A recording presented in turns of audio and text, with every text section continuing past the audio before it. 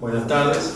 Nos encontramos con el juez vitalicio alemán Horst Bohn, que ha tenido bien apoyarnos para hablarnos sobre el derecho comparado, cómo es el sistema de justicia en Alemania, ver la posibilidad de conversar también sobre cómo es el civil law, el common law, qué influencias tiene, qué diferencias tiene. Vamos entonces a dejarlo a él con el uso de la palabra. Buenas tardes, profesor. Buenas tardes, muchas gracias por la invitación. Ya no es la primera vez que yo he dado por lo menos un pequeño aporte a la escuela judicial que tú estás dirigiendo ya desde hace mucho tiempo, pero en las anteriores ocasiones estuve dando algunas conferencias, o sea, estaba en algunos talleres. Para mí, la pregunta que tú me has planteado, ¿cuál es la principal diferencia entre el common law y nuestro sistema jurídico en Alemania, que tiene también muchos elementos parecidos con los otros países de Europa continental? Por esa razón se habla también del sistema de derecho de Europa continental. Empiezo con Alemania. En Alemania hay que ver que inicialmente nosotros hemos tenido el derecho germánico, como también que ha sido el derecho en Inglaterra, porque la población de Inglaterra, después del siglo, yo creo, 5 o 6 después de Cristo, han sido de los anglosajones. Los anglosajones han sido tribus alemanes. Y en Alemania nosotros hemos tenido este derecho que ha sido ejercido y manejado no por abogados profesionales, sino por el mismo pueblo a través de lo que se llama Ting. Ting han sido reuniones de la población de los pueblos en cual se presentaban los casos, similar con lo que también es el derecho consuetudinario acá, por ejemplo, en la sierra, o sea, de los indígenas. Se presentaba el caso y según las reglas, las normas de la comunidad, se ha decidido este caso con las consecuencias que merecían los hechos. En el siglo XIV empezó, 13, 14, 15, empezó la recepción del derecho romano, que es el derecho en cual se basa nuestros sistemas también en América Latina. Y con este derecho romano nosotros hemos introducido las normas abstractas bajo cual se tenía que subsumir los hechos. Y este requería ya los abogados profesionales. Primero, por los conceptos que ha sido en latín y muy poca gente entendía y hablaba en latín. Y segundo, por las normas abstractas se necesitaba para la interpretación profesionales. Y con este ya nosotros hemos tenido un desarrollo de un sistema jurídico que se alejaba de la población, porque la población ya no entendía qué es el derecho. Y ha sido muy criticado en su momento, pero el derecho romano ha sido tan fuerte que después, en el fondo, ha cubierto la mayor parte de Alemania, aunque siempre en Alemania persistía el derecho local, derecho hasta consuetudinario, que después paulatinamente desapareció en el siglo XIX con la primera unificación alemana en 1871. Antes han sido principados, etc. Cada uno con su derecho particular, pero en una base también derecho romano. En el siglo XIX también nosotros hemos recibido en el derecho civil una fuerte influencia, especialmente también en lo procesal, por parte de las leyes napoleónicas, como también ustedes han sido en su cultura legal muy influidas por el derecho napoleónico. Y hoy día nosotros tenemos como base del derecho también las leyes, pero especialmente por ejemplo, en el derecho civil, el Código Civil, que es el BGB, o sea, que ustedes llaman el Código Civil, data de 1900. La razón es que todavía está en vigencia el Código Civil alemán de 1900, o sea, entró en vigencia hace 114 años y un poco más, porque ha sido para el 1 de enero. Es que nosotros tenemos un artículo con cual el derecho civil mantiene una cierta flexibilidad para ser adaptado a nuevos desarrollos a través de la jurisprudencia.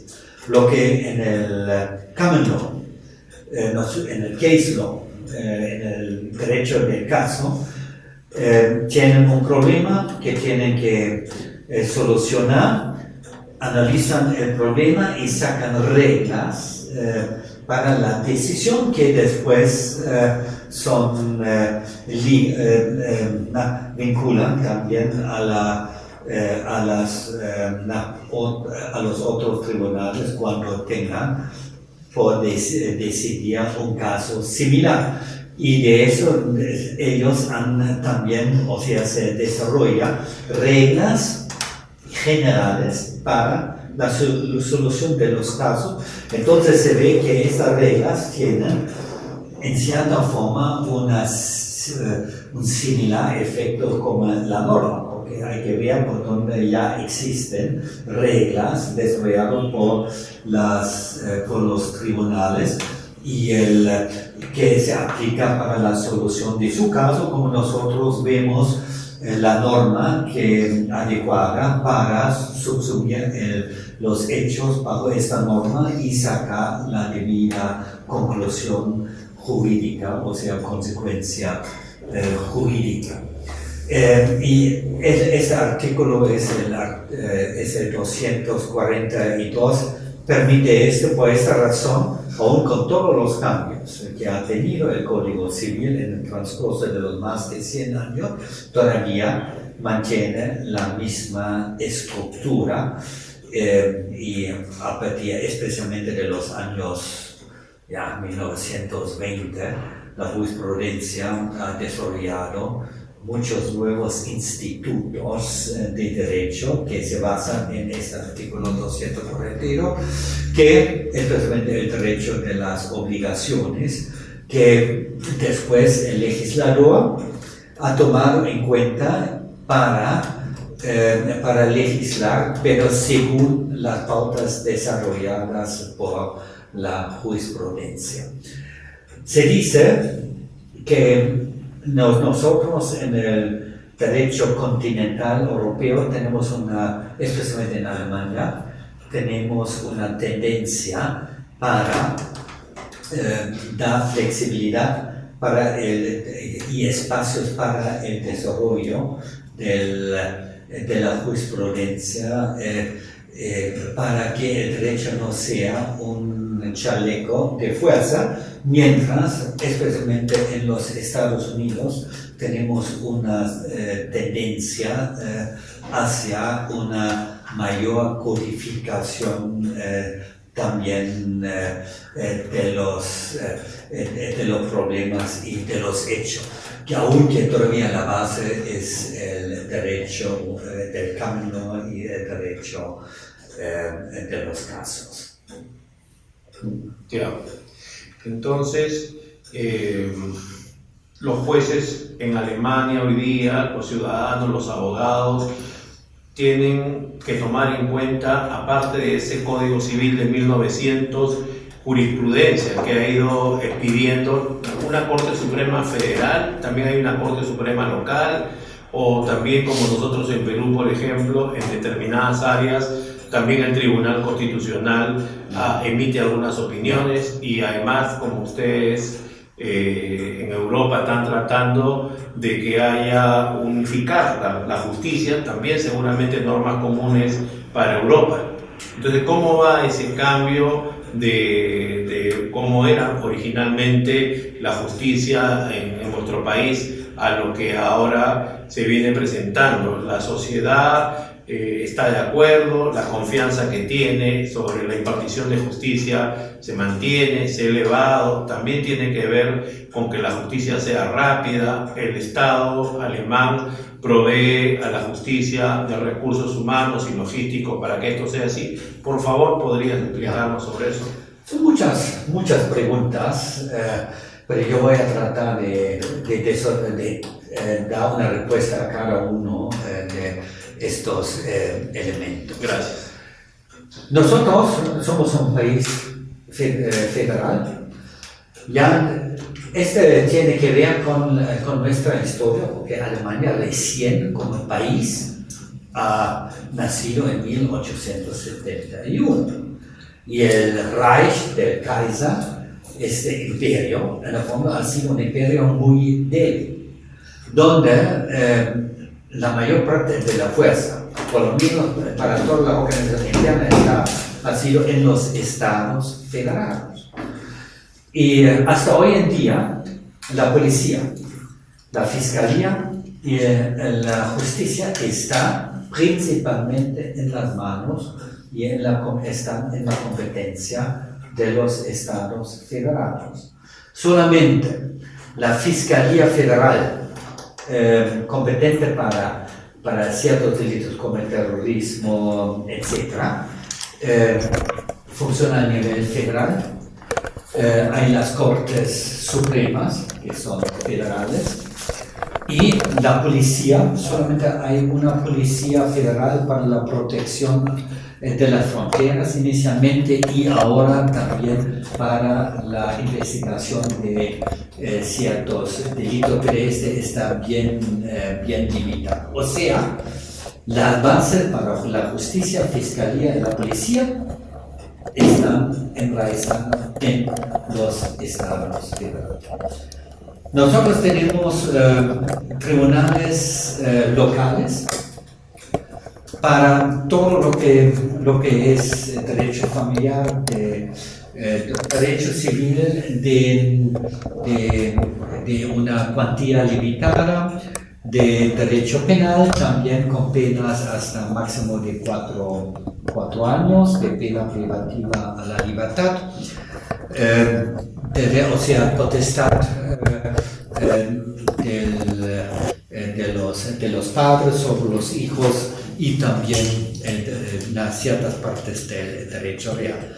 Tenemos los tribunales regionales, que son segunda instancia para los locales, pero también son en el derecho civil primera instancia si sobrepasa la cuantía del tribunal local. Después tenemos en cada uno de los estados federados lo que se llama Oberlandesgericht. Este es la Corte Suprema del Estado federal sobre el cual hay la Corte Federal. Este suena más complicado de lo que en la práctica es, y en esta hay que tomar en cuenta que nosotros no tenemos, como en muchos países latinoamericanos, esta jerarquía tan marcada entre los distintos niveles de los jueces. Para la población, el juez es el juez y no hacen mucha distinción entre un juez de un tribunal local o tribunal regional, no fondo ninguna, ¿no? Y hasta de un tribunal supremo de un estado federal, ya cambia si se trata de un juez de unas de las cortes supremas. La razón es que los criterios, o sea, las exigencias para entrar a la carrera judicial son muy altas, ¿no? Solamente los 4 o 5, depende de la situación, 6% de los mejores egresados tienen la posibilidad de entrar a la carrera judicial como jueces, y estos son muy pocos, y yo creo que este también se ve en la calidad misma de los jueces. Sobre este hay Tribunal Constitucional, tenemos una competencia concentrada, significa que es exclusivamente el Tribunal Constitucional decide en casos de conflictos constitucionales, y también solamente el Tribunal Constitucional toma una decisión cuando se reclama la inconstitucionalidad de una norma. O sea, no existe en Alemania la posibilidad del control difuso como acá en América Latina. Yo creo que en todos los países tenemos esta posibilidad. La razón es que en Alemania se quiere concentrar en un solo cuerpo judicial, o sea, el Tribunal Constitucional, para evitar dudas y conflictos sobre la constitucionalidad o no constitucionalidad de leyes, normas o actuaciones del mismo Estado. Pero una condición es que se trata de un conflicto cuya solución depende de la aplicación directa de la Constitución. Si un juez piensa que la decisión de un caso, de su competencia, depende de una norma que él considera como inconstitucional, tiene la posibilidad de suspender el caso y levantar la cuestión de la constitucionalidad de la norma al Tribunal Constitucional, que debe entonces decidir sobre y sería vincularía a todos. Pero pasa con poca frecuencia, aunque hay cierto número de casos en cual se ha presentado la moción de la inconstitucionalidad, pero al fin de cuentas en pocos casos han tenido éxito, pero por la simple razón que en muchos de estos casos el Tribunal Constitucional ha dicho que la decisión del caso no depende de la decisión de la aplicación de esa norma, sino se puede también solucionarlo con la aplicación de otras normas. Pero esto no significa que nosotros como jueces no tuviéramos obligado para interpretar todas las normas tomando en cuenta la Constitución, especialmente los derechos judiciales y los derechos fundamentales, y también los principios de la Constitución. ¿Cuántos miembros integra el Tribunal Constitucional? ¿Cómo se temen los colegiados? ¿Hay choque de trenes con la Corte Suprema? ¿Hay conflictos? El Tribunal Constitucional tiene en total 16 miembros en 2 salas, 8 de cada uno. En el fondo, quien determina quién entra o no es la política, son los partidos, pero se puede criticar o no. No cabe ninguna duda que solamente entran los mejor calificados, los más calificados. Igual como a los otros tribunales, las Cortes Supremas, en sus distintas especialidades, yo creo solamente los mejores. Pero cuando dicen la política, ¿hay algún ente que lo selecciona y después lo aprueba el Congreso? ¿Cómo es el procedimiento? Hay consejos, hay consejos que son constituidos por representantes del Parlamento, también de los estados federados, y ellos toman, pero donde ahí quienes toman las decisiones son los partidos políticos. Pero aún con esto, el Tribunal Constitucional es la institución estatal más respetada y más querida en la población, en el fondo, y es más respaldada. El periodo que pueden ejercer esa función son 2 años sin, si yo me recuerdo bien, son 2 años sin posibilidad de réplica, ¿no? Del mandato, solamente uno. Y después reciben una jubilación. 2 años, 12 años, porque en España son 10 años. Estuve con Vicente Jiménez Sendra ahora en marzo y me dijo que eran 10 años, incluso me contó que un colega de él, que también era un famoso jurista español, a Vicente le pidieron que defienda un caso de narcotráfico importante de un personaje de Colombia en los años 1980, le pagaban unos excelentes honorarios y él dijo que no, y su colega, el otro jurista español, aceptó, y después cuando él quiso ser miembro del Tribunal Constitucional no lo aprobaron por haber sido abogado de narcotraficante. Entonces, allá son 12 años o 2 años. 12 años. No hay que olvidarse que la conceptualización y las bases legales para el funcionamiento del Tribunal Constitucional español se han orientado mucho, ¿ya?, en el concepto del Tribunal Constitucional alemán. Esto yo sé también porque varios amigos constitucionalistas alemanes han participado al inicio de los años 80 en las discusiones para la conceptualización y para la estructuración del Tribunal Constitucional. Hay que ver, el Tribunal Constitucional decide al año, ahora si yo me recuerdo bien, alrededor de 5.000 y pico causas para una población alemana de 82 millones de habitantes y un sistema bien complicado porque es un sistema federal, también con conflictos entre instituciones estatales de los estados federados, con la federación, entre municipios, estado federado, etc. Pero lo interesante es que la mayoría, un buen número de los casos, la mayoría de los casos se refieren a sentencias firmes de la justicia ordinaria.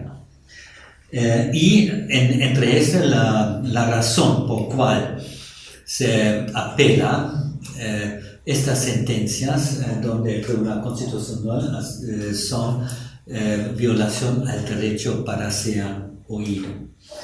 Este es como nosotros, que acá ustedes también tienen esta Convención Americana de Derechos Humanos. Y en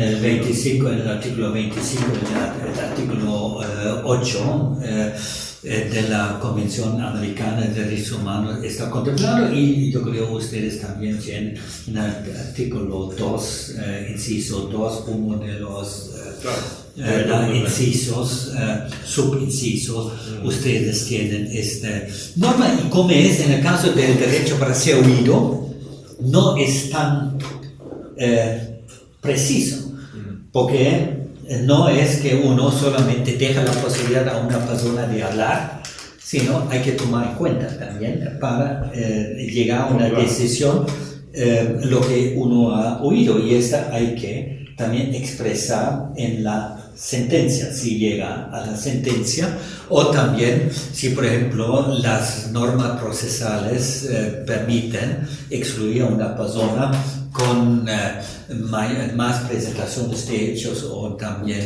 de pruebas, porque es demasiado tarde o todo esto.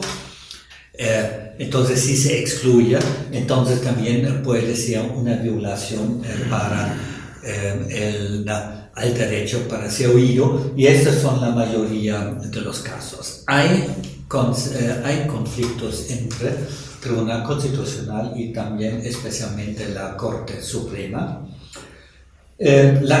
Miren, si uno tiene una Corte Suprema de un alto nivel, de alto nivel técnico, y un Tribunal Constitucional igual, pero este Tribunal Constitucional determina el alcance de su propia competencia, o sea, ellos tienen la competencia de la competencia, como se llama. Por esta razón en los Estados Unidos se reclama la autorrestricción a la Corte Suprema, que tiene también esta posibilidad, allá todavía con más alcance que, por ejemplo, en Alemania. Y hay conflictos, pero yo no diría conflictos, sino estos son discusiones entre la Corte, y la Corte Suprema también puede expresar que no están de acuerdo con esto, pero esto normalmente no se discute en el público, sino esto pueden discutir los representantes del sector académico, los profesores. No hay unas discusiones fuertes entre el Tribunal Constitucional y Corte Suprema que nosotros hemos visto en el pasado por ciertos casos emblemáticos, que yo creo no se debería tener este tipo de discusiones, sino porque ambas instituciones a lo largo pierden también de credibilidad en la población. Y yo creo hay que evitar. Lo que se refiere al grado de aceptación de la justicia en Alemania, yo creo, no exagero, que principalmente está respaldada y goza mucha credibilidad en todas las encuestas. A nivel mundial existen encuestas, nadie pone en tela de juicio la independencia de los jueces, aunque la institución responsable para la justicia son los ministerios de justicia de los estados federados, pero igual nadie pone en tela de juicio esto, aunque puede haber críticas sobre también la duración promedio de los procesos. En este contexto hay que ver que siempre en todo el sistema puede haber casos en la forma innecesariamente dura, por X razón. También por fallas de los jueces, por descuido, por lo que yo he tenido casos también de ese tipo. Pero lo importante es qué influencia tiene y con qué frecuencia pasa esto. Por esa razón, para mí lo más importante es la duración promedio de los casos. En el caso de Alemania, la duración promedio de los casos civiles de primera instancia son alrededor de 6 meses. Y yo creo que esta es una duración promedio, yo creo, completamente aceptable. Puede haber casos que duran 2 años, ¿no? Pero estas son excepciones.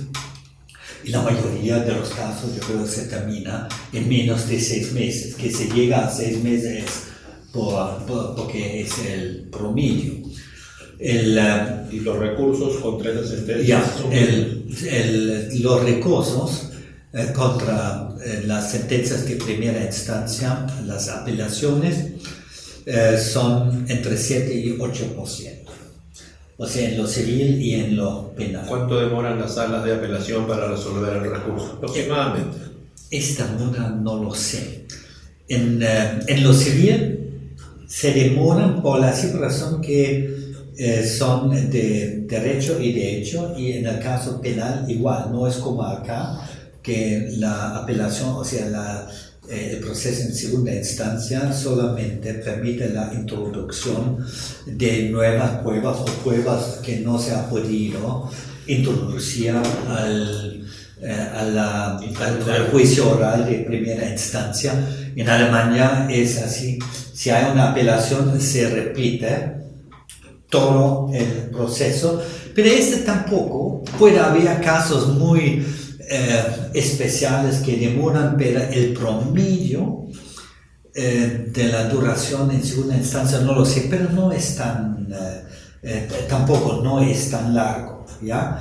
Y en Alemania hay que ver que los alemanes tienen la posibilidad, muchos alemanes se protegen contra los riesgos de procesos, o sea, de los gastos, que significa un proceso, se consiguen un seguro que acá no hay.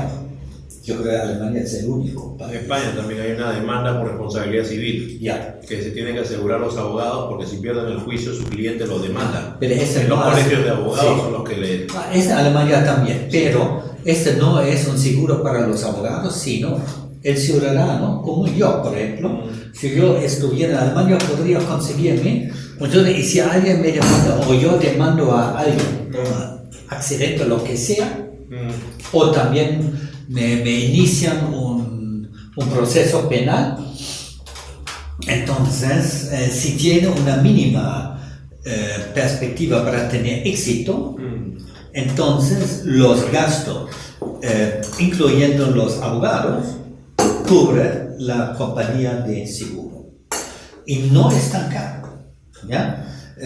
Ahora no sé cuánto cuesta, pero al año no es tanto. Al año posiblemente algunos centenares de euros, ¿ya? Y aún con eso, y muchos tienen esto, el porcentaje de apelación es bien limitado. Hablabas de la calidad de los jueces y la pregunta era, hay mucho interés. ¿Tú tomas en ti? Sí, si quieres tú lo tomas. Entonces lo tomo. Sí, si tú no lo tomas... No hay problema. Hay mucho interés por los abogados de ser jueces. ¿Por qué motivos? Por la vocación, por el salario, porque es una bonita carrera y hay muchas plazas para que eso sea así, teniendo en cuenta que los nombramientos son de por vida. Ya. O sea, el nombramiento al inicio, o sea, primero hay que reunir las condiciones. La primera condición es el resultado de los 2 exámenes, por cual nosotros tenemos que pasar. Y el examen del abogado, en el fondo, da el título para ser apto para juez. Y en el fondo es una formación para esto, aunque solamente los mejores, lo que yo digo, 4 o 5% de los egresados tienen la posibilidad de entrar. El nombramiento es al inicio solamente por 3, máximo 4 años, y ese es juez de prueba. Y durante este tiempo, sin problemas, se puede ser despedido.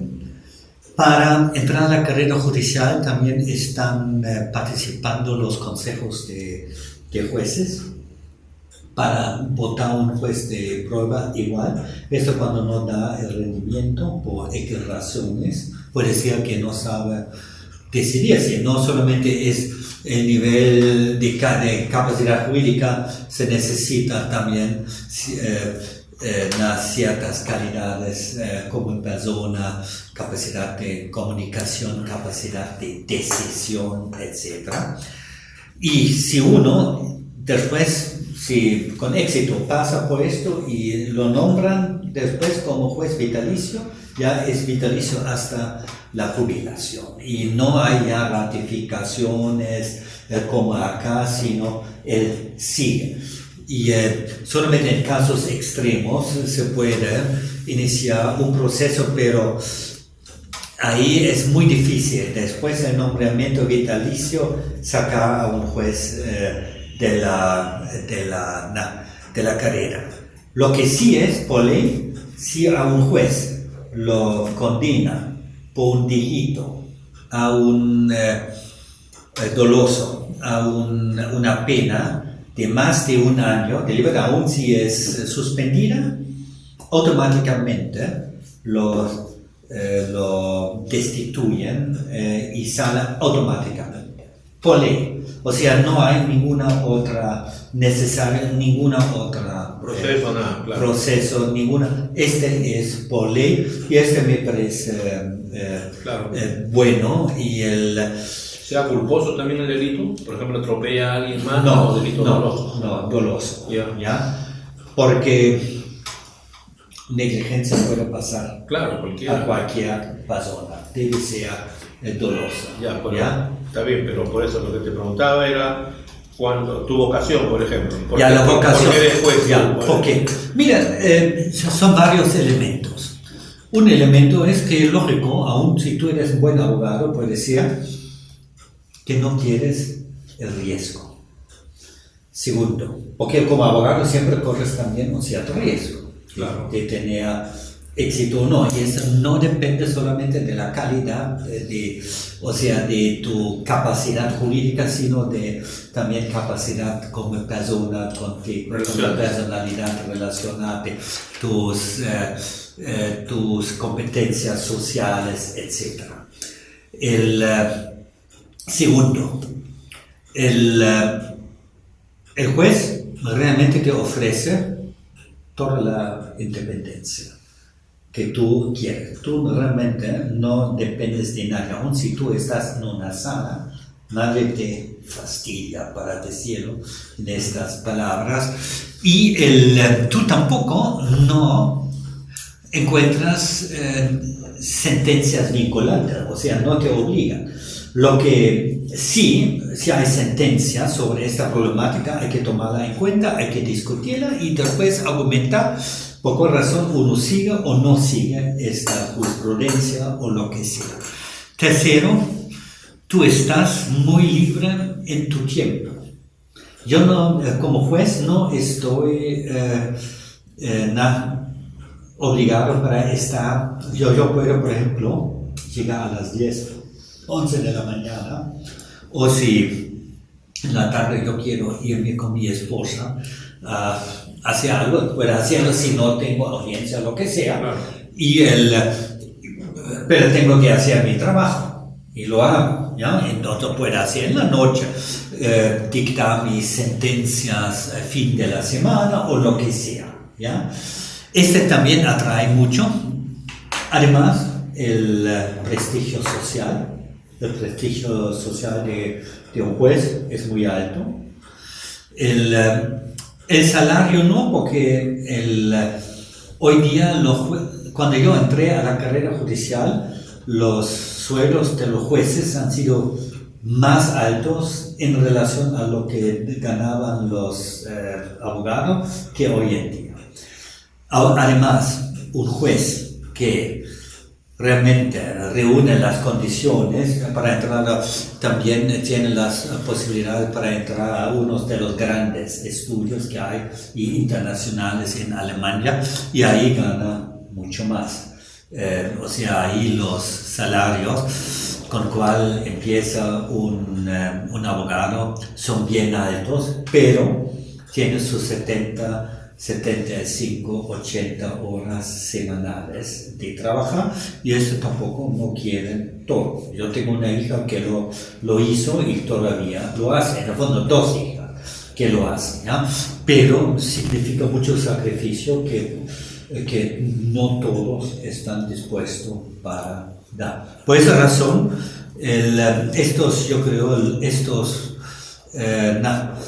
estos elementos, yo creo, determinan, o sea, motivan a muchos interesarse por una carrera judicial. Y para 82 millones de habitantes, ¿cuántos jueces hay en Alemania? ¿Cuál más o menos es la ratio de personas por juez? Ya.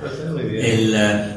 Buena pregunta. Si yo me recuerdo bien, la ratio es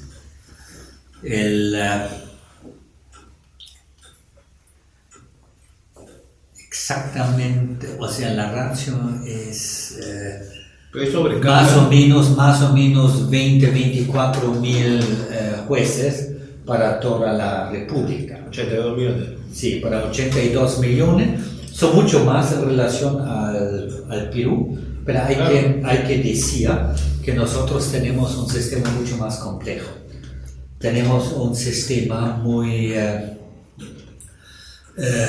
desarrollado, estructurado en el campo administrativo, derecho público, administrativo contencioso, laboral, social, solamente el derecho social, por el seguro social y todo esto, el derecho inmigratorio, bueno, derechos civiles en todas las partes, derecho laboral, ¿ya? Derecho tributario. Alemania tiene uno de los sistemas más complejos en lo que se refiere a los tributos y ahí hay muchos también.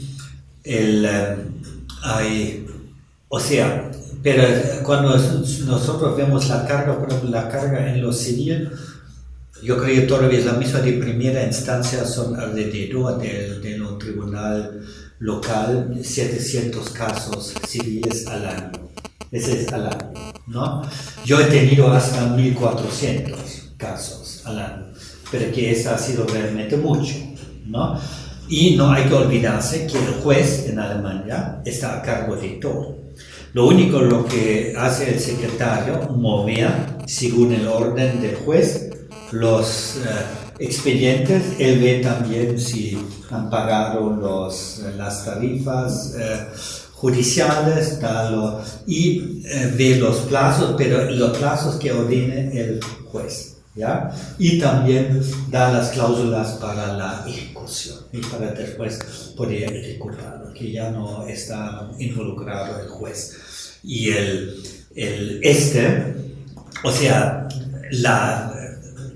la fundamentación de la sentencia, todo eso es exclusivamente el juez. No hay nadie que le ayude en eso, solamente lo escribe después, según su dictado, una secretaria, ¿no? O sea, es entonces bastante, ¿no? Y el juez ve todo lo que entra para el expediente, y primero lo ve el juez con todo el expediente. Y él toma la decisión que hacer al respecto de esto. Entonces, todos los días en los civil recibe un montón de cosas. ¿Cómo va el tema de la oralidad? A propósito de la expresión. La oralidad hay que ver, la oralidad en el proceso penal tiene otro concepto que en lo civil. En lo penal, nosotros tenemos proceso oral. Significa que solamente se puede tomar en cuenta lo que se ha introducido a la audiencia, a la oralidad. Pero no es como acá que el juez no conociera el expediente. El juez sí conoce el expediente, puede leerlo, y en la audiencia él en primero hace los interrogatorios al acusado, a los testigos y a los peritos, y después las partes, empezando con quien ha nombrado. Hay una discusión cambiado para que el juez plantea las preguntas al final, pero nadie en el fondo pone en tela de juicio que el juez sí debería tener la posibilidad también plantear las preguntas que le parecen pertinentes, por la simple razón, él al fin de cuentas tiene que tomar la decisión, y si le falta una cosa muy importante, entonces él tiene que saberlo, y por esa razón pensamos que debe plantear la pregunta. Algunos también critican que el juez conozca el expediente, ¿ya? Porque es lógico, como acá la discusión se contamina. Nosotros, en el fondo, no hay una discusión que por esto el juez normalmente se contamina.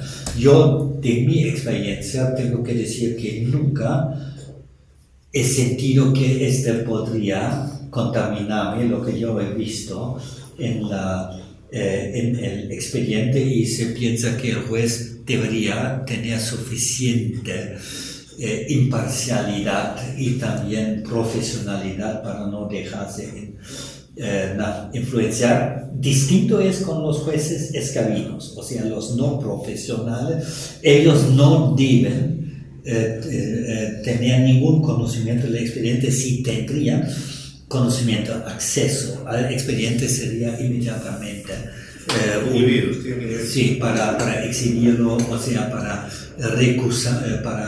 recusarlo, y eso significaría desde cero reiniciar al proceso.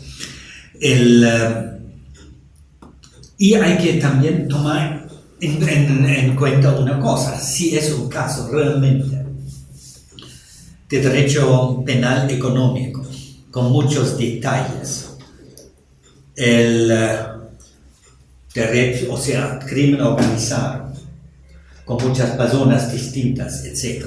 No toma el caso de Montesino o Fujimori, sin conocer también el expediente, para un juez sería, yo creo, hasta casi imposible manejar adecuadamente la audiencia.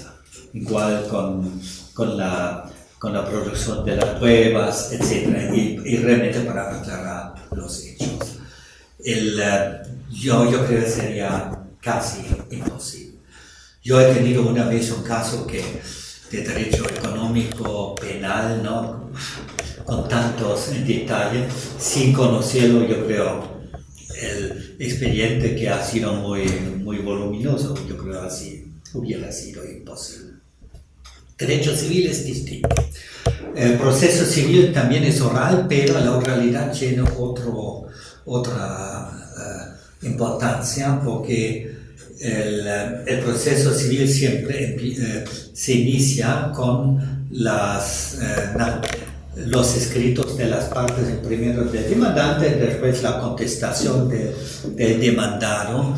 Y en nuestro proceso civil, ¿no?, el juez tiene al inicio la posibilidad de primero hacer un proceso preliminar por escrito, para después citar a una sola audiencia en cual se producen todas las pruebas, aunque no siempre funciona, y después decidirlo, o a una audiencia previa para discutir el caso con las partes y tratar de llevarlas también a un acuerdo, que también se puede hacerlo por escrito, pero mucho más efectivo, yo creo. Esa es mi experiencia, ha sido siempre mi experiencia, es normalmente con una audiencia previa, en cual se discuten los puntos controvertidos, también los distintos aspectos, se hace conocer también cómo el juez ve este caso, para que ellos puedan tomar esto en cuenta, y en alto porcentaje se puede llevar a un acuerdo a las partes sin necesidad de una posterior decisión. Y si eso no funciona, entonces se hace otra audiencia con producción de pruebas y después la sentencia, pero siempre debe haber una audiencia. Existen algunas constelaciones especiales en cual no sea necesario, pero esto no, yo creo en este contexto no tiene mayor importancia. En el derecho civil, que me hablabas que el Código Civil es el de 1900 que sigue vigente. En el derecho civil, por ejemplo, los temas de responsabilidad extracontractual, de daños, ¿se siguen manejando? Sí. ¿Con la misma legislación han cambiado? Sí. ¿Sabes si esa influencia ha llegado a nuestro país, a Perú? Te planteo un tema, a ver. Sabes que cuando una persona atropella a otra y la mata, podría ser comprendida en un proceso penal. Sin embargo, las reparaciones civiles que se fijan son menores. Los jueces penales no sabemos sobre la responsabilidad extracontractual, no conocemos los criterios de indemnización, que serían daño personal, daño moral, lucro cesante, daño emergente, y por lo tanto podríamos fijar por un atropello, una muerte, 10.000, 20.000 soles. Sin embargo, si lo mismo se plantea ante un juez civil peruano, 100.000 soles. Entonces, yo pienso por un lado que también es un tema probatorio, ¿no? Porque mientras que nosotros en penal le damos la prioridad a la pretensión penal y no a la pretensión civil y no se prueba el daño, en civil es exclusivo solo al daño. ¿Cómo se maneja eso en vuestro país? Es interesante esta pregunta, porque yo siempre he sido crítico, yo lo digo, cómo en la práctica se maneja la reparación civil en los procesos penales. ¿Cómo se maneja en los procesos civiles? Tengo que confesar, no lo sé. ¿Cuál es la situación en Alemania? En lo penal, nosotros tenemos la posibilidad de introducir al proceso penal también las retenciones civiles de las víctimas. Este proceso se llama proceso de adhesión, en el cual la víctima entra con su pretensión, no hace el fiscal, como acá, según el nuevo código, y entonces puede perseguir. El juez tiene la posibilidad negado diciendo la pretensión civil no vamos a ver acá en este proceso penal. ¿Por qué? La razón es muy simple. Primero, en el centro está el proceso penal, aunque es importante la víctima, pero además lo que puede pedir la víctima depende del resultado del proceso penal. Y no se puede, y segundo, hay muchas veces la reparación civil de la víctima depende de muchos factores y peritajes que tomarían mucho tiempo para realizarlos, para producirlos, y alargaría tanto tiempo al proceso penal que no es aceptable. Por esta razón, la posibilidad de pedir la reparación civil en el proceso penal es muy poco usado, y por los mismos abogados ven que en el fondo hay un conflicto entre la lógica de un proceso penal y de un proceso civil. Y no hay que perder de la vista que la reparación civil se basa en las normas civiles. Acá la situación es así que las reparaciones civiles, en parte disculpe, pero no tienen ningún sustento en los hechos, porque no se han aclarado los hechos, o se sustentan en hechos y en circunstancias que no fundamentan una reparación y el monto de la reparación civil. Por decir, hemos tenido un caso, es como ejemplo, en una capacitación en cual un auto estaba dañado porque ha sido robado, etc. Y entonces cuando el acusado reclamó, no, es demasiado alto la reparación civil, entonces la víctima presentó un contrato, decía, yo he comprado este auto por tal monto, y este se aceptó como prueba para el monto de la reparación civil, pero no ha sido que el auto estaba completamente dañado, sino solamente alguna parte. Entonces, lógico, eso no presentaba ningún elemento para el cálculo de la reparación civil. Claro, y podría ser peor si se trata de la vida. ¿Hay algún baremo? La vida. O sea, ¿cómo se sabe? Mire, la vida, mire, si se trata de la vida, ¿de qué significa esto? Entonces hay que diferenciar. Esto todo lo hacemos normalmente en el proceso civil. Y eso yo conozco porque también yo he trabajado más tiempo como juez civil que en lo penal, y con frecuencia por accidentes y todo esto hemos tenido que tomar decisiones sobre sumas muy altas. Primero, cuando se trata de delitos como homicidios y todo esto, hay que ver la reparación civil que puede pedía los familiares de la víctima.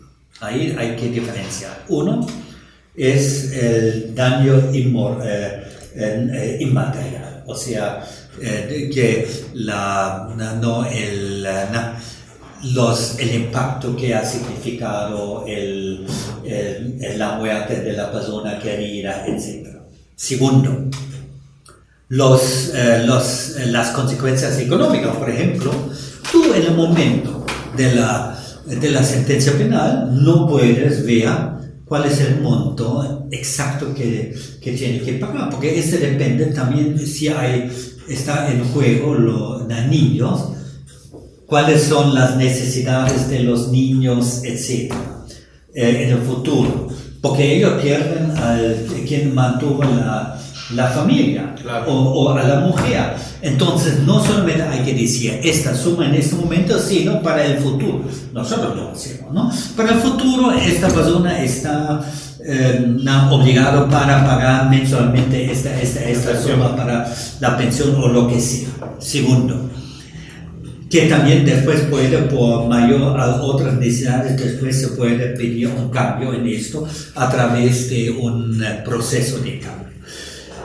Todo esto requiere muchas veces también peritajes. O cuando la persona no ha muerto, sino solamente, entre paréntesis, gravemente herida, con daños y perjuicios para su vida o para varios años. Entonces, tú tienes los daños inmateriales, depende de muchos aspectos, depende de lo que él ha hecho, en qué forma lo limita, etcétera, etcétera, etcétera. Y los daños materiales, porque ya no puede seguir por decía su carrera o lo que sea. Muchas veces, ¿y cuál es el alcance de esta limitación? Solamente puedes hacer con un peritaje, que para un caso así toma. Además puede ser que todavía no está determinado, ¿ya?, cuáles son en el futuro cercano o mediano otras consecuencias que surgen de este acto. Entonces tú tienes que mantener abierta la posibilidad que después se toma en cuenta esto. Para esto no se presta un proceso penal, y los penalistas menos están preparados para este tipo de cosas. Si en civil es complicado, sí, la cuantificación del daño en penal va a ser mayor. Yo he puesto con un poco de lujo de detalle también distintas variantes de caso, porque de ahí salen los problemas, ¿ya? Claro, acá se dice,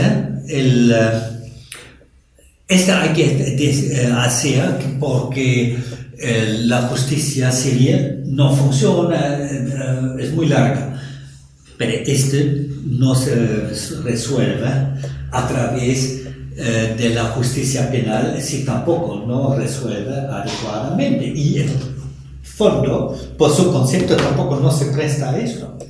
Entonces hay que poner en orden y hacer funcionar al proceso civil. Nosotros con el proceso civil no tenemos este problema, porque yo creo está funcionando adecuadamente bien, aun si lo comparamos con otros países. Por ejemplo, en Italia he leído hace poco un artículo en el Economist, ¿no? El promedio de la duración de los procesos civiles es de 8 años, ¿no? Realmente es grave. Es negar justicia o acceso a la justicia, porque mucha gente dice, no, ni hablar, no me meto a esto y hago todo lo posible para evitar un conflicto que me podría obligar de entrar a un juicio. Claro. Civil, ¿no? Y bueno, porque eso tiene que ver pues también con la cantidad de casos, la calidad de los jueces, la carga de casos que haya, ¿no? Porque usted nos decía que usted es 6 meses, una sentencia en primera instancia, contra 8 años en Italia. Obviamente ahí hay problemas serios, ¿no? O sea, no es un tema solo de que tengan un origen europeo continental, sino también de gestión judicial. Cierto, mira, yo creo que en Italia Yo no sé cuáles son las razones, porque en el fondo la dogmática procesal civil y también la dogmática en lo material civil, yo creo que es muy desarrollada. Hay muchos autores conocidos, reconocidos internacionalmente, aún que el sistema de justicia, y no solamente en lo civil, también otro por lo que yo he leído, funciona mal. Lo que tú dices, mucho es la estructura, la lógica de funcionar internamente de la institución de la justicia, también el mismo procedimiento, también las normas legales que determinan los procesos, si dejan demasiado abiertas posibilidades para fregar, para alargar hacia más largos los procesos, ¿no? Por esa razón, mira, hay críticas contra el sistema continental europeo, pero también nosotros tenemos nuestras críticas al sistema, por ejemplo, de cambio de los Estados Unidos, ¿ya? Pero al fin de cuentas, cada sistema tiene sus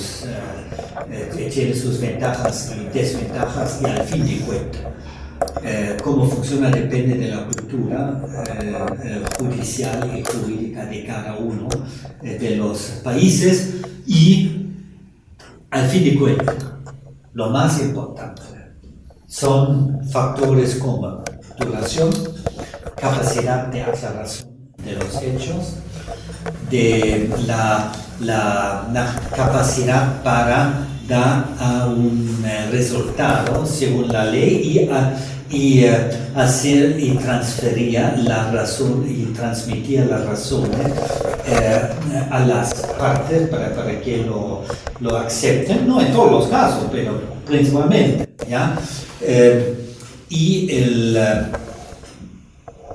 Y con yo creo, la justicia también es un juicio de valores, especialmente en lo penal, ¿ya? Cuando se trata de la determinación de las penas, etc. Y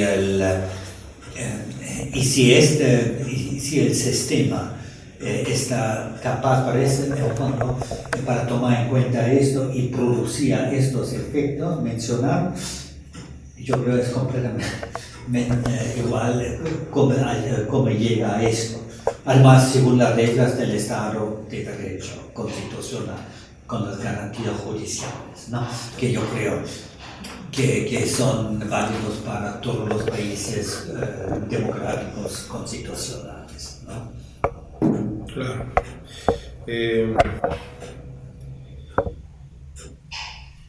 ¿Se requiere alguna reforma de la justicia en Alemania? Porque por Latinoamérica, en Centroamérica, solo hablamos de eso. Sin embargo, veo que en varios países de Europa continental los códigos son decimonónicos, son de 1900, 1800.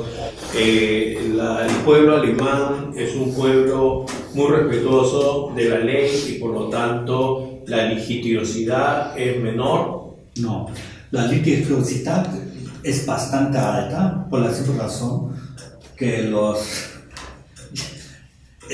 yo diría que los alemanes muchas veces también por cosas de menor cuantía empiezan a pelearse y piensan que están en su derecho, etc. Esto también mucho entre los vecinos.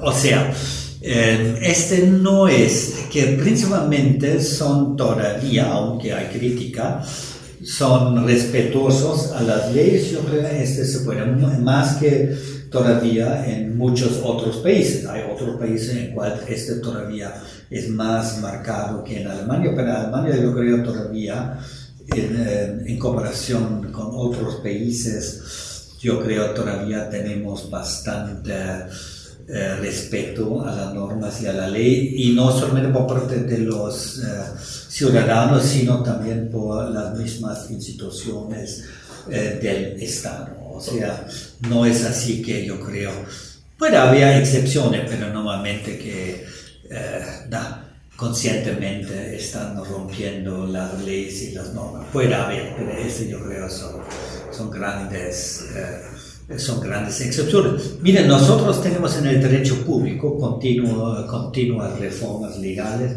en el derecho laboral, en el derecho social, porque siempre hay nuevos institutos, etcétera, que se introducen. Tributario, también es tan complicada la normatividad allá y todo el sistema tan complicado. En lo civil no tanto, siempre había también cambios, pero no. El último cambio considerable ha sido del derecho de obligaciones, pero sobre la base de lo que había desarrollado la jurisprudencia, y en este se han basado, o sea, este se ha transformado en normas el legislador, ¿ya? En el derecho familiar sí había muchos cambios por la simple razón por los desarrollos en la sociedad, por ejemplo, el derecho a la igualdad, etc. Y esto también lleva sus consecuencias en el derecho familiar, ¿no? Pero en lo penal hemos tenido, pero nosotros no hemos tenido estas continuos debates sobre reforma, y apenas una reforma ha terminado ya se discute una nueva reforma a la reforma, ¿no? Y yo creo que esto no es bueno, ¿no? En primero hay que ver cómo se asienta, etc. Y después sobre la base de las experiencias, sí, pero después de buen tiempo yo creo que recién hay que pensar en otra reforma. Si no hay una cosa realmente grave, un conflicto grave que está en la normativa, que hay que reparar rápidamente a través de una nueva norma, ¿no? ¿Qué tal los abogados en ejercicio? ¿Qué tal su argumentación?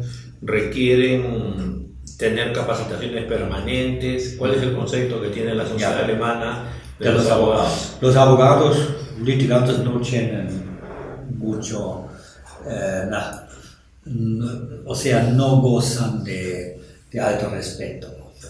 En Alemania también hay muchos chistes sobre los alemanes en forma negativa, que yo creo también exageran, porque los abogados están en una difícil situación, porque también un criminal tiene el derecho el derecho para ser defendido por un abogado, y por esa razón yo no tengo ningún problema si un abogado está defendiendo a un narcotraficante o lo que sea. Lo importante para mí, lo que importa es cómo lo hace. Si lo hace respetando las reglas de un abogado que respeta las normativas y que no trata de manipular al proceso, ¿ya? Sin mala fe procesal. Sin lo que ustedes dicen, mala fe procesal, que nosotros también tenemos. La calidad de los abogados es muy, muy diferente. Nosotros tenemos un porcentaje que es menor, que son, yo creo que de muy mal nivel, que han, por suerte, pasado los filtros. Hay una buena cantidad, un buen porcentaje de abogados comunes y corrientes, no malos, no buenos, y a una capa estrecha de abogados realmente brillantes. Y eso tú, al toque, te das cuenta a través de sus escritos. Preciso, tú sabes exactamente de qué se trata, bien argumentado, corto, ¿ya? Normalmente hay también casos largos, ¿no? Pero solamente lo debido, lo necesario, y ahí uno se da cuenta inmediatamente. Los jueces son vitalicios, para ascender, no están urgidos de que eso sea así, los salarios no lo obligan. ¿Se capacitan los jueces permanentemente? Porque no hay un control, sino sobre la calidad de su trabajo, pero no si se capacitan o no, como acá en el Perú, por ejemplo, que hay que hacer N cantidad de cursos porque cada 7 años a uno lo ratifican o para ascender. Hay academias.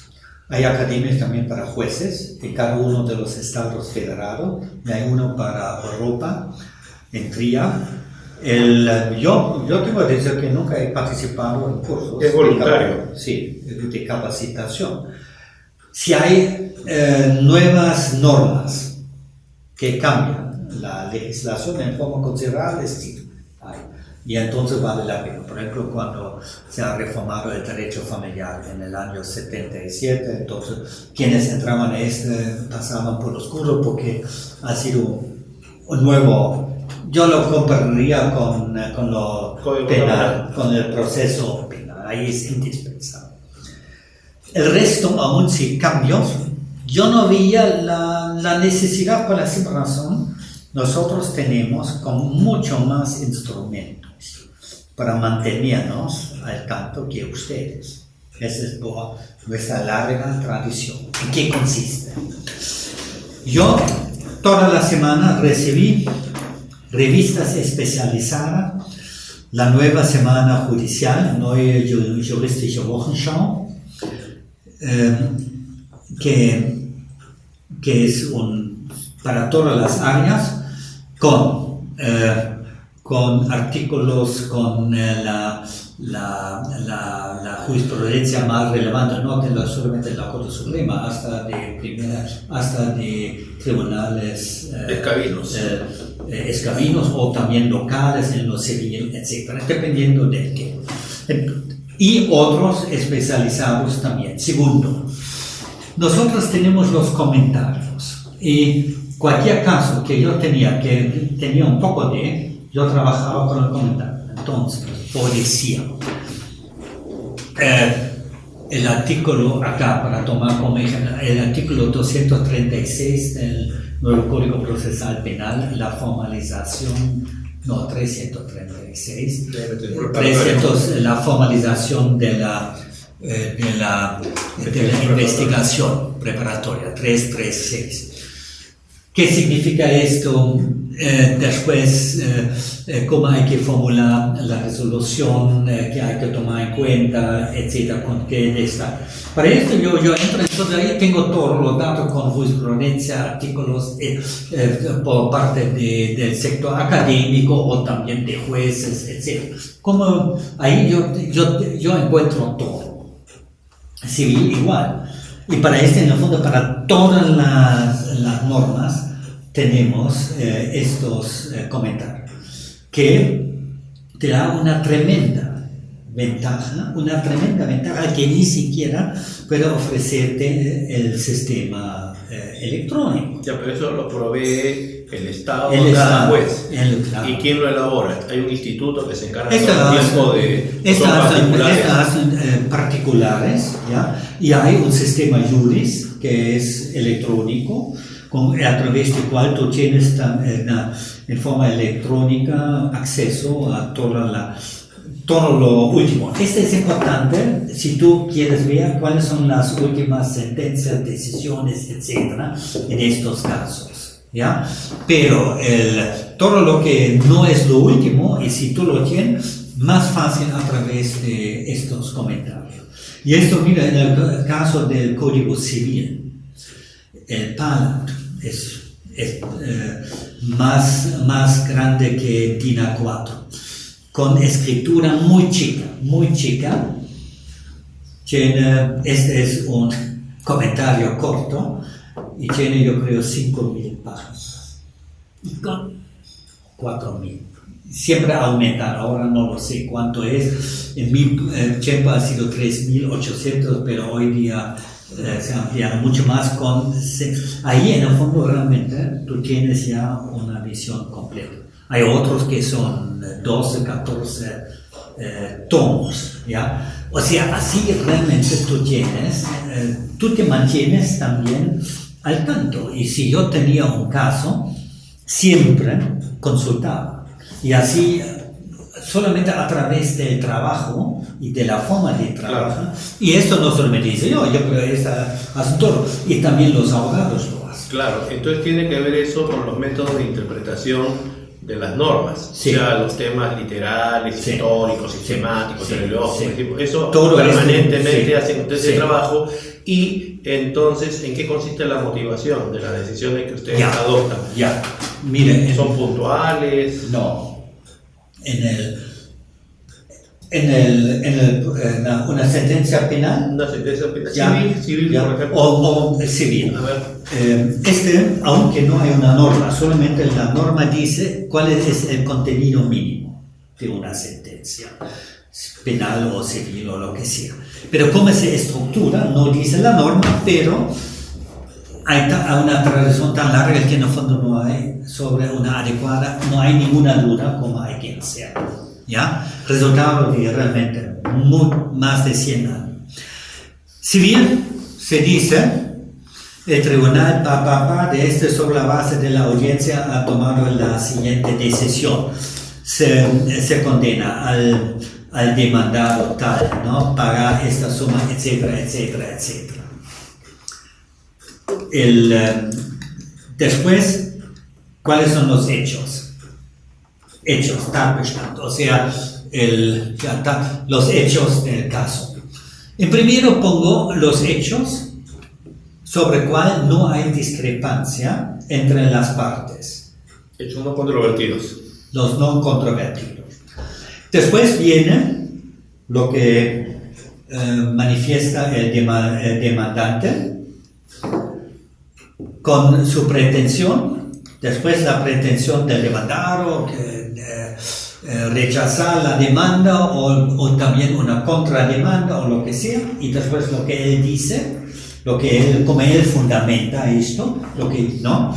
Pero solamente lo que él fundamenta en controversia con el demandante, y al final se ha producido la siguiente prueba, para este tema, ¿ya? Y los medios de prueba, ¿ya? Y después fundamentación. Entonces viene la fundamentación. Digo, por ejemplo, la demanda es fundamental. Según el artículo tal, el demandante tiene el derecho exigir por parte del demandado una reparación civil por un monto de tal. Según este artículo, estos son los elementos. Se ha comprobado. Según lo que comúnmente han presentado la gente es este hecho. Además, el testigo, ¿ya? Ha dicho en forma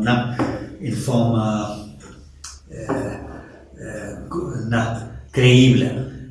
Ha sido confirmado por el peritaje o por otro testigo. Mientras lo que ha dicho el testigo del demandado, ¿no? En contradicciones a entonces por esta razón, ya. Así, ¿ya? Punto. Y después, pero empiezo con la fundamentación ¿De la parte resolutiva, como ahora? Arriba es la parte resolutiva, ya. Y después en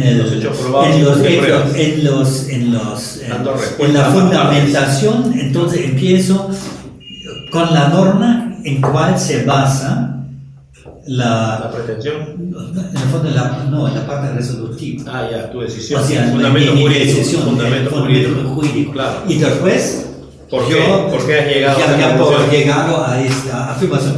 La razón es que para nosotros, la decisión, ustedes lo hacen al revés. No, sí, es que está mal, porque está mal. Escuchaba al profesor Manuel Atienza, de 70 años de edad, que es el mejor profesor de argumentación de español, y él decía pues justamente que si se hace eso, se toma la decisión, después va a haber problemas, porque muchas veces cuando quieres ver si los hechos están probados o no, no lo hiciste por escrito, no tiene forma de llegar a eso y tratas de todas maneras de llegar a esa conclusión. Por eso primero lo que hay que hacer es lo que tú dices, o sea, qué hechos se probaron, qué hechos no se probaron y al final, sobre la base de lo que tengas, cuál es la conclusión, cuál es la parte resolutiva.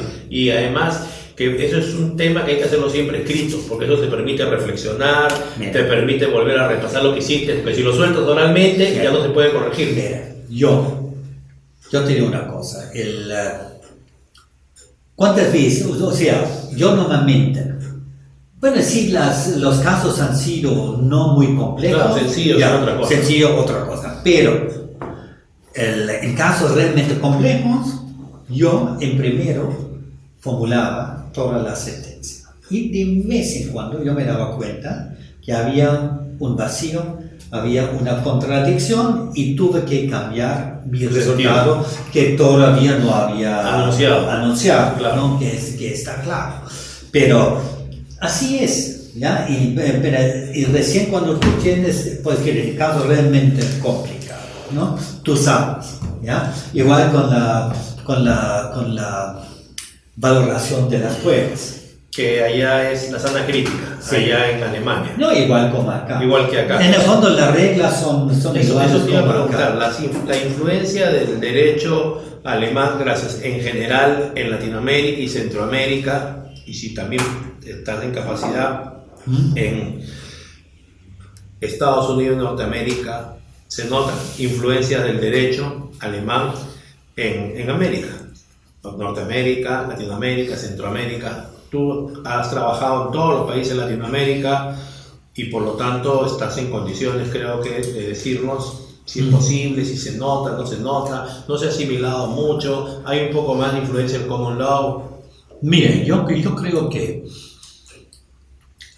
la influencia del derecho alemán contra la europea sobre el derecho norteamericano no he visto, no creo. Ya. Ellos además no se dejan.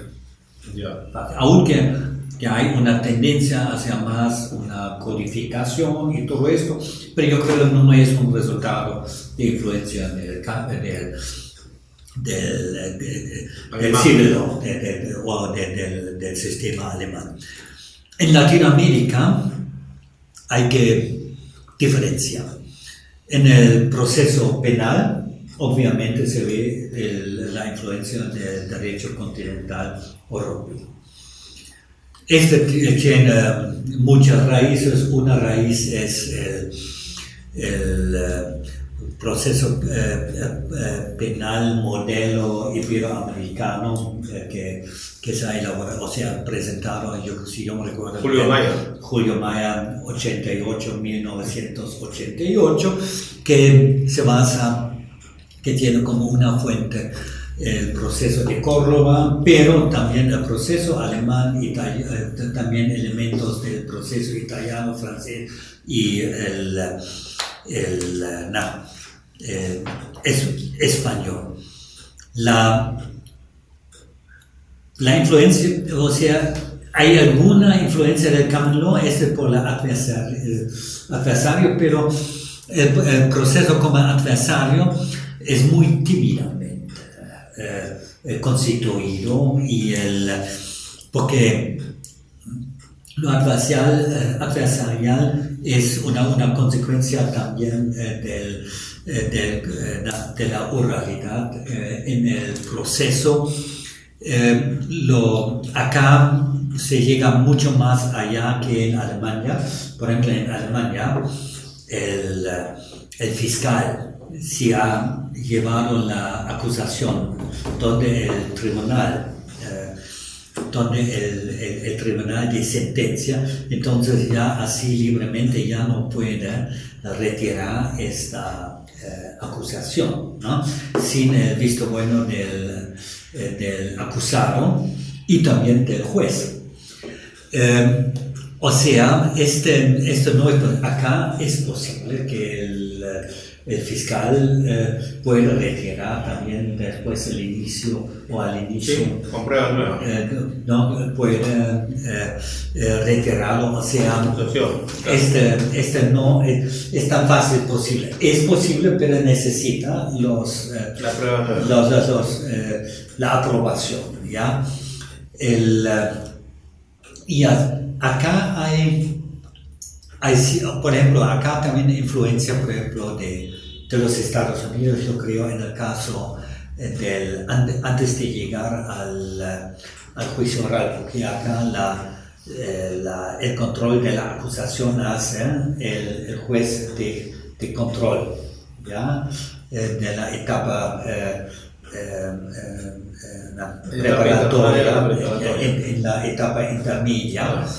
En Alemania lo hace el mismo juez de sentencia también. El juicio, como en Colombia. El juicio. Colombia debe copiar Sí, ustedes. la razón en el caso de nosotros es para evitar conflictos entre los, como lo ve el juez de control, por ejemplo. Que ha emitido más pruebas de lo que quieren los jueces de la o también o menos pruebas que el tribunal de sentencia. El tribunal de sentencia tiene que tomar la decisión. ¿Ya? Claro, acá el argumento es por la contaminación. Parcialidad. Claro. Sí, pero la parcialidad, yo creo, si una persona se deja influenciar por si deja pasar una prueba o no. Además, si hay todavía un recurso contra esto, en el caso de un verdadero conflicto, ¿cuál es? Entonces mejor que no siga como juez, ¿ya? Si yo no, en Alemania es lógico y acá debería ser igual. Si el juez rechaza una acusación por no suficiente o de pruebas, entonces el fiscal puede recurrirlo, entonces se toma la decisión en segunda instancia. Y en los demás países de Latinoamérica donde has estado, es mínima la intervención de la influencia alemana. Mira, no tanto. Mira, la influencia tú ves, por ejemplo, en todo lo que es el derecho de las medidas cautelares en la etapa preventiva, en especial de la detención preventiva, aunque ustedes tienen instrumentos que nosotros no tenemos, pero la formulación para realmente llegar a una prisión preventiva sí son muy similares como en Alemania, aun que ustedes solamente pueden decretar una prisión preventiva después una audiencia. Nosotros podemos emitir la resolución sobre la detención preventiva sobre la base del pedido del fiscal, pero cuando se detiene a la persona dentro de 24 horas se lo lleva a un juez que toma la decisión si mantiene o no. En el sistema de recursos de ustedes hay apelación, hay casación. Ya, hay apelación, pero apelación normalmente es de una plena instancia de derecho y la casación, hay varios tipos de casaciones solamente de derecho, pero en lo penal es principalmente, o sea, la Corte Suprema en los casos de mayor relevancia, ¿no? Y no hay tantos. La formación jurídica de los estudiantes de Derecho es la que finalmente va a tener que ver con el desarrollo profesional de cada uno de ellos. ¿Cómo es allá en Alemania? ¿Qué edades? ¿Qué materias? ¿Cuántos ciclos son? ¿Se mantiene la misma que tú recibiste? ¿Ha cambiado? Mira, principalmente... ¿Cómo se enseña en la universidad? Principalmente es lo mismo que en la universidad. La enseñanza es hoy día un poco más proactiva, aunque en mi época ha sido, pero dependía mucho de los catedráticos como hoy en día también.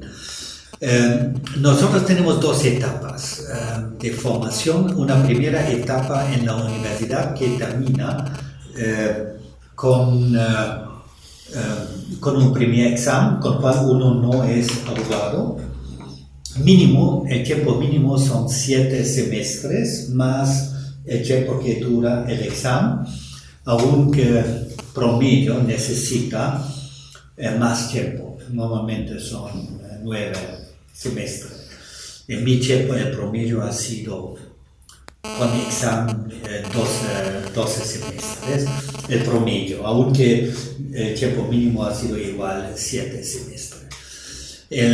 Se basa, normalmente siempre se discute el caso, aunque hay una fuerte crítica contra la forma de enseñanza en las universidades, porque muchos dicen que es aún, si hay casos, etcétera, es demasiado abstracto porque los casos son construidos y los exámenes en primera instancia y también los exámenes en el desarrollo de los estudios siempre se basan en casos que te dan y tú tienes que resolverlos, evaluar y resolverlos. Después hay una segunda etapa que hoy día son 2 años con examen. En mi caso han sido 2 años y medio más el examen, also en total 3 años, en cual tú pasas por despacho de juez civil, por despacho de un fiscal o juez penal, administración pública, abogado, etc. Y durante este tiempo tú trabajas con los jueces, fiscales o quien estás, en el fondo igual como él. Él te da las tareas para que tú veas la práctica y aprendas para aplicar la teoría a los casos prácticos para su solución.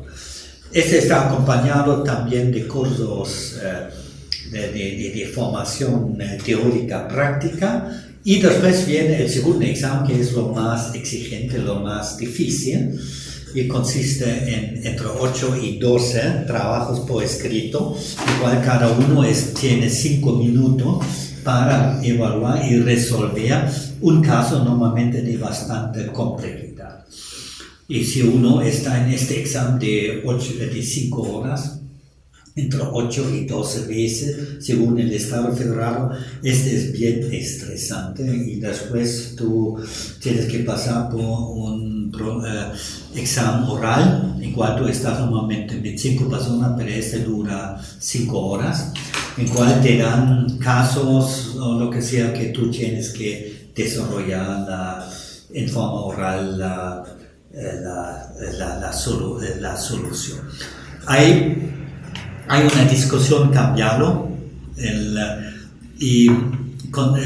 enfocar más la formación hacia las necesidades de los abogados litigantes, porque mucho más entran a esta área que al área de los jueces fiscales. Segundo, hay una discusión también en crear el bachillerato, 3 años como en los Estados Unidos. Pero hay mucha resistencia a esto, y yo creo con toda la razón. Yo creo la formación alemana, aunque es larga, pero como está conformada, yo creo es una formación que realmente permite una formación de un buen nivel y hasta alto nivel para los nuevos jóvenes abogados, que después se complementan en el trabajo práctico.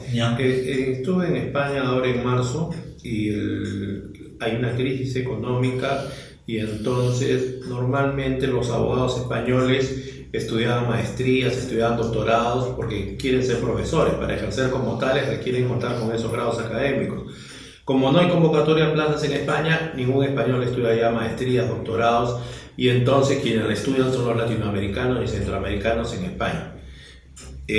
¿Cómo es en Alemania? No, en Alemania, mira, doctorado es para un abogado litigante, que es abogado de libre ejercicio, importante, por prestigio, porque el doctor en Alemania tiene mucho prestigio en la población común y corriente. Para un juez, en el fondo no lleva importancia. O sea, nadie te nombra como juez solamente, o sea, si tú tienes un doctor, mucho más importante es el resultado de tu examen. Tú puedes tener 2 doctores, si no llegas a este, no te van a nombrar. Además, el doctor no dice nada sobre tu capacidad como abogado. Es así, ¿ya? Claro. Esto para mí es cartonitis y la maestría tampoco. En Alemania en los últimos años también se ha creado maestría para ciertas áreas específicas, pero esas son maestrías en el fondo para gente que quieren irse a la cooperación o lo que sea, o derecho internacional, o maestría, etc. Pero para quienes, por ejemplo, quieren entrar a la carrera judicial, a la administración pública o fiscalía o abogado litigante, normalmente no requieren. No les interesa. Puede haber, pero no. Ya, muchos peruanos, especialmente la Universidad Nacional Mayor de San Marcos, su sueño es estudiar un doctorado en Derecho en Alemania y se preparan acá en el GEC, estudian muchos años el idioma, postulan a las becas y van allá. Sí. Porque quieren ser profesores en Perú. Quieren ser profesores. Claro, sí, mira, yo creo que esta experiencia en Alemania para ser profesor va a ser muy bueno. Y cualquiera no lo puede ser, la mayoría solo se gradúa de doctor en España. Ya. Pocos pueden hacerlo en Alemania, claro. Creo que... Por el idioma y también los costos si no hay una beca. Pero Alemania tiene un sistema de beca, no es fácil, pero existe, ¿ya? Y para ser profesor, yo creo, y yo conozco varios, ¿ya? Que han estudiado en Alemania, en el Instituto de Max Planck en Freiburg, claro. O también en Bonn, donde Jacobs y todo eso, aunque yo no soy seguidor de Jacobs, pero que son profesores también, pero de muy buen nivel, no cabe ninguna duda. Hace años llegó un libro a Perú de una profesora española, Teresa Armento Deo. Debe ser en 1996 y nos hablaba del principio de oportunidad que se estaba copiando de Alemania. O sea, se tomaba de ahí para los delitos de bagatela. ¿De qué estoy hablando? Yeah. A propósito de cómo se hace para seleccionar casos, de los métodos alternativos de resolución de conflictos en civil, en penal.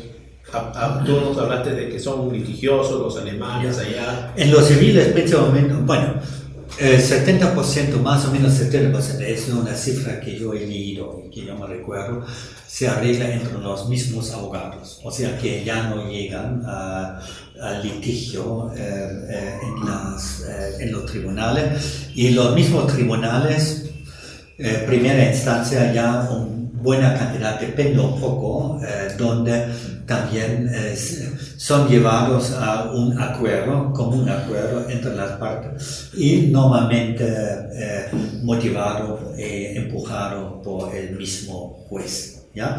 Que es importante, ¿no? Porque el juez es respetado, ¿no? Y si sabe fundamentar eso, muchas veces sí las partes lo aceptan. Y para esto nosotros tenemos un instrumento que es importante, podemos obligar a las partes a aparecer en la audiencia. Podemos citarlas, notificarlas y están obligados a aparecer. Ahí es mucho más fácil, ¿ya? También convencerlos, que solamente entre los abogados. Y ellos vienen con su abogado, está claro. ¿Sí? Segundo, en lo penal, principio de oportunidad es distinto que acá. Acá el principio de oportunidad en el fondo no tiene muchos límites y solamente tú puedes decretar principio de oportunidad si la parte, o sea, el acusado, o sea, el imputado y la víctima entran en un arreglo sobre la reparación civil. Nosotros en la norma no lo tenemos, ¿ya? Primero, solamente son aptos los casos que tienen menor menor importancia social y penal. Pero cómo y quién, o sea, en qué caso, depende de la política de la fiscalía, y cada fiscalía y cada estado federado en el fondo formula su política. En el fondo debería formar parte de una política criminal de la fiscalía. Por ejemplo, acá no puede ser, esa es mi opinión, no tiene sentido si una persona con cierta frecuencia incurre en los mismos delitos, y aun si estos delitos por sí mismos son de poca relevancia, no se debería otra vez aplicar el principio de oportunidad. Si 2 veces ha incurrido, entonces hay que decir, mira, la tercera vez. Claro, ya lo tenemos así. Desde el 19 de agosto del 2013 se ha reformado el artículo 2 del Código Procesal Penal en Perú para que haya una sola oportunidad. Va a haber un registro y a las personas que se le aplique eso, o acuerdos reparatorios, como le llamamos nosotros. Claro, pero es nuevo, antes no ha sido. No tenía, recién desde el 19 de agosto del 2013 lo tenemos. Antes podía ser conducciones de vehículos de estado de ebriedad N veces, y N veces pagaban la reparación civil, se archivaba acá. En el fondo es, yo creo, un descuido tremendo de la misma fiscalía. Después de 12 años ha cambiado la cosa, porque en el 91 se incorporó acá en el Perú el principio de oportunidad. Mire, yo he hablado con los respectivos fiscales y siempre he dicho, ustedes necesitan emitir sus requerimientos. O sea, la Fiscalía de la Nación. Claro, directivas. Directiva, cómo manejarlo, y con esta hay que aclararlo. Esto debe formar parte de una política criminal de la misma fiscalía, pero nosotros no tenemos como condición la reparación civil, aunque los fiscales pueden tomar en cuenta esto. La razón es que si tú lo haces como condición, lo haces un poco, la das como pones como prisionero el imputado en las manos de la víctima, también para obligarlo para pagar una, y entonces yo creo tampoco no debería ser. Debe ser lo que sea. El fiscal decide la acción penal, que vaya a la vía civil en todo caso. Sí, y después nosotros tenemos la posibilidad de suspensión. ¿De proceso de prueba? Sí. No lo tenemos nosotros. No, la aprovecho, como le llaman. O sea, en la etapa diligencia preliminar. De preparación, ¿no? Segundo, tenemos esta posibilidad hasta en sentencia, en el proceso oral, por pedido del fiscal, se puede suspender en el caso el proceso bajo condiciones, pagar, ahí yo puedo decir pagar una reparación a la víctima, ahí depende del caso, ¿no? Y si cumple, entonces se termina. Pero si no cumple, yo tengo que ver si cumple por ser negligente o no querer, o no cumple porque no puede, porque ha perdido su trabajo, lo que sea. En este caso tampoco, este hecho no justifica revocar la suspensión y seguir con el proceso. Y tenemos otro, y realmente no entiendo por qué ustedes no hicieron uso de esto, que me parece 30% de nuestros casos son resueltos por mandatos penales. Mandatos penales solamente son posibles si no está en juego una prisión efectiva. Pero tú puedes, hasta altas sumas de multas, etcétera, tú puedes imponer.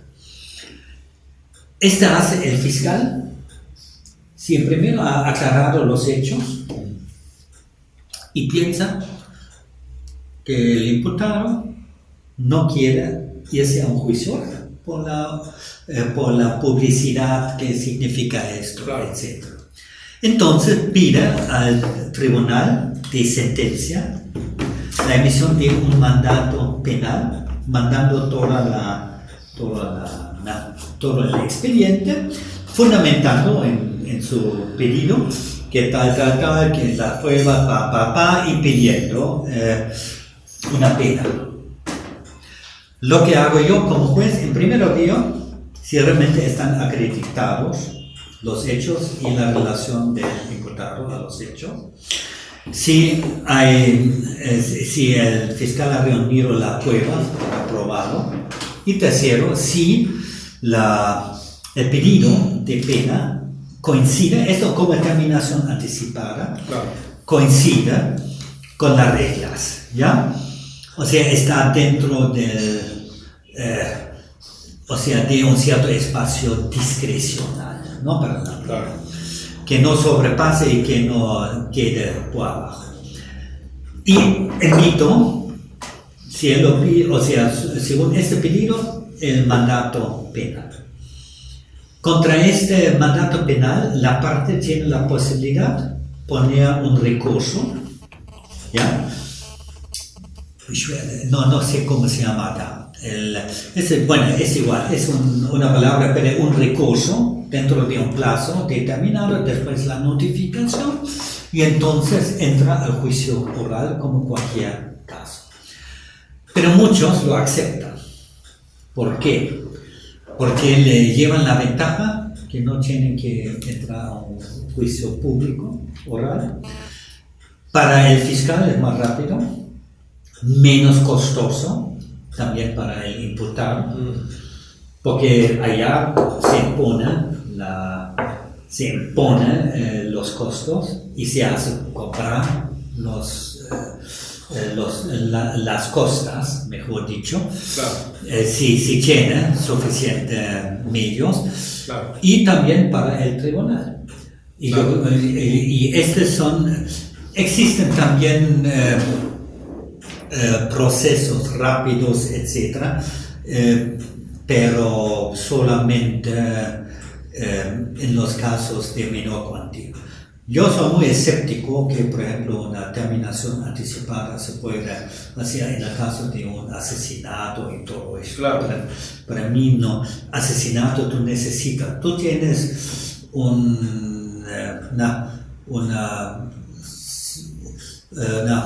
una pena entre 15 y 35 años, ¿ya? Y entonces yo creo que esto tú no puedes hacer a través de una pura confesión y terminación anticipada. Ahí tú tienes que realmente investigar y aclarar los hechos con mucho más detalle. Este es mi... Claro.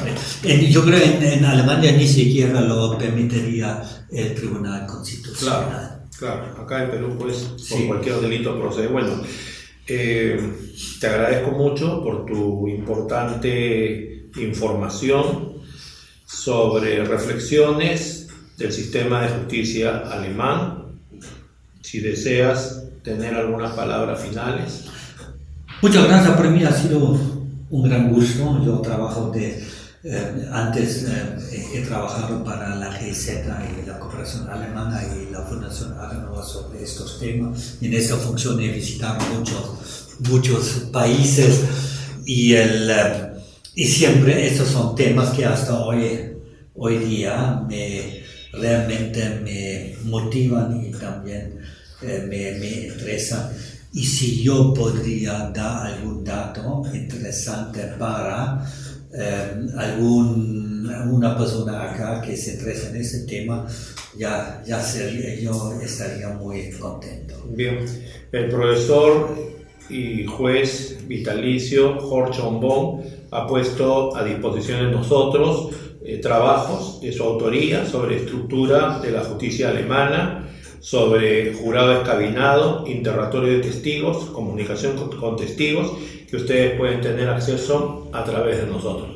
Muchas gracias por su presencia. Muchas gracias, profesor Horchon Bohn. Muchas gracias.